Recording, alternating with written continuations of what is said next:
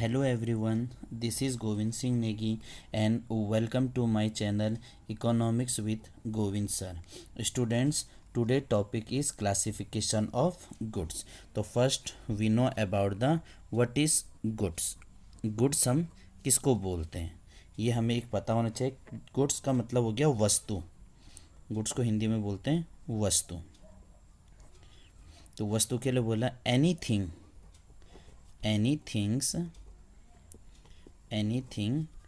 which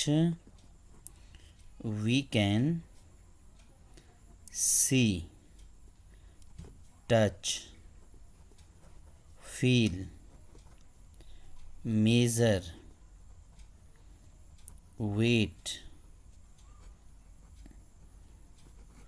etcetera.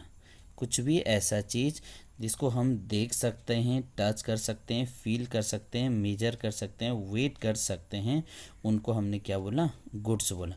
And simple meaning में बोले goods are tangible और विजिबल इन नेचर. और विजिबल इन नेचर गुड्स क्या होता है? दिखाई भी देता है और उसको हम इधर से उधर क्या कर सकते हैं? मूवमेंट वगैरह भी कर सकते हैं. उसको हमने बोला हुआ है गुड्स. अब जो गुड्स हैं, बहुत सारे गुड्स है. अब हमने गुड्स को क्या है? एंड यूज क्लासिफिकेशन के हिसाब से. And use classification. And use classification का मतलब है आखिरी में उसको कौन यूज कर रहा है उसके हिसाब से उसको क्लासिफाई करते हैं. तो एंड यूज क्लासिफिकेशन के हिसाब से हमने गुड्स को दो पार्ट में डिवाइड कर रखा है. First one is a final goods. First one is a final goods and another one is a intermediate goods. Another one is a intermediate goods. दो गुड्स हो गया, फाइनल गुड्स और intermediate goods. So first we will discuss about the final goods. अंतिम वस्तुएं. Final goods को जो हमने identify कर रखा है वो हम आइडेंटिफाई करते हैं कंज्यूमर और प्रोड्यूसर के हिसाब से. उसको हमने आइडेंटिफाई किया कंज्यूमर और प्रोड्यूसर के हिसाब से. कंज्यूमर क्या हुआ? दोस पर्सन. कंज्यूमर किसे बोलेंगे? Those person who consume goods and services. Those person who consume goods and services for their satisfaction. For their satisfaction. ऐसा बंदा, ऐसा इंसान जो गुड एंड सर्विस को कंज्यूम कर रहा है, लेकिन किसके लिए? अपने सेटिस्फैक्शन के लिए.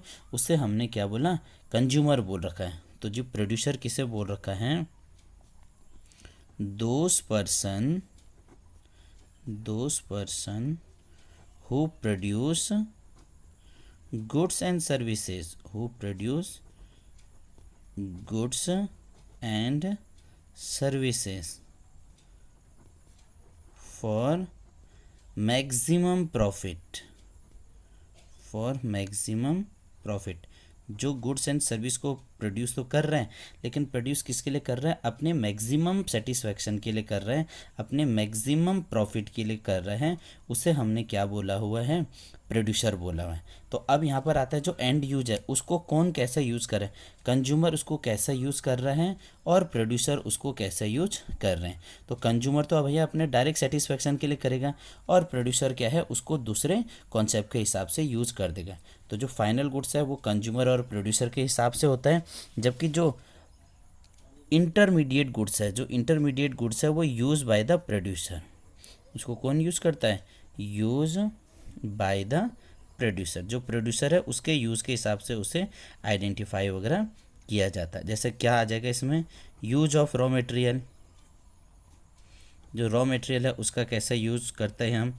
जो प्रोड्यूसर है उसका कैसे यूज़ कर रहा है, जो रॉ मटेरियल है उसके लिए क्या हिसाब हो जाएगा?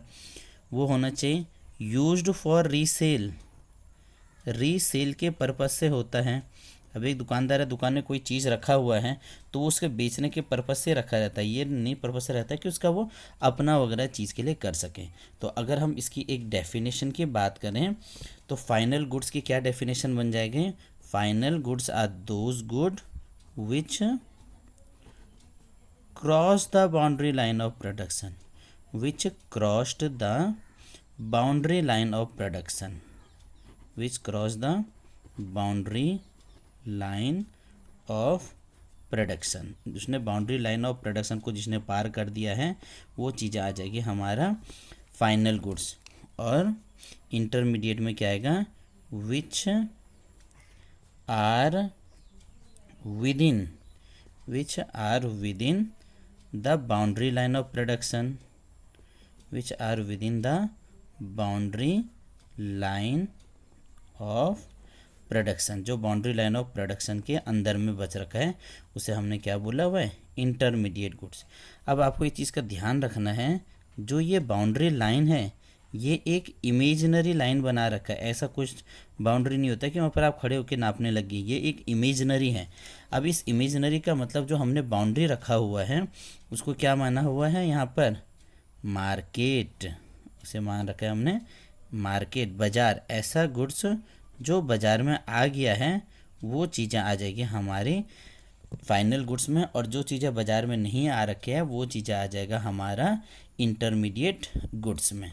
दूसरा पॉइंट आपको याद रखना है, जो फाइनल गुड्स होते हैं their value is included in national income, value is added या included in national income, included in national income, उनकी जो वैल्यू होती है वो नेशनल इनकम पे ऐड किया जाता है। ये very very very important point है।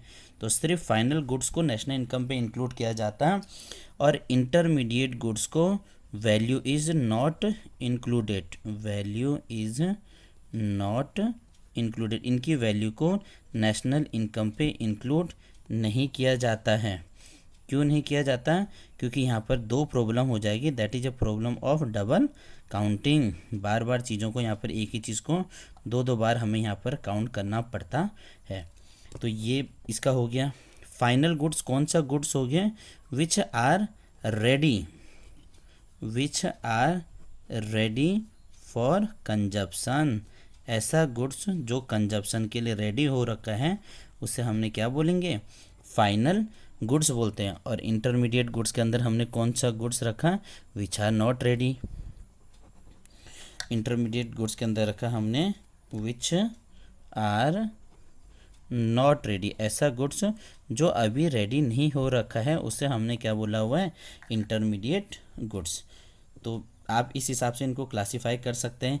जो बाउंड्री लाइन ऑफ प्रोडक्शन के अंदर है, जिनकी वैल्यू जिसने बाउंड्री लाइन प्रोडक्शन को पार कर दिया, जिनकी वैल्यू नेशनल इनकम पे इंक्लूड किया जाता है, जो कंज्यूमर और प्रोड्यूसर के हिसाब से करते हैं, जो रेडी है हमारा कंजप्शन के लिए, that is called final goods. और जो चीज़ें अभी रेडी नहीं हो रखी है, बाज़ार के अंदर नहीं आ रखा है, कंज्यूमर से फाइनली कंज्यूम नहीं कर सकता, उसको किसी और पर्पज़ से आता है, that is called a intermediate goods. तो डिस्टिंग्विश आएगा। आई होप आप समझ गए होंगे। अगर आपको चैनल पसंद आया है तो प्लीज़ लाइक करना, कमेंट करना, शेयर्स कीजिएगा और ज़्यादा से ज़्यादा जो 12th क्लास के बच्चे हैं उनको इस चैनल के बारे में बताइए। Thank you. अगली वीडियो पे मिलेंगे जिस पे हम आपको बताएंगे कैपिटल गुड्स और कंज्यूमर गुड्स के लिए। Okay, thank you.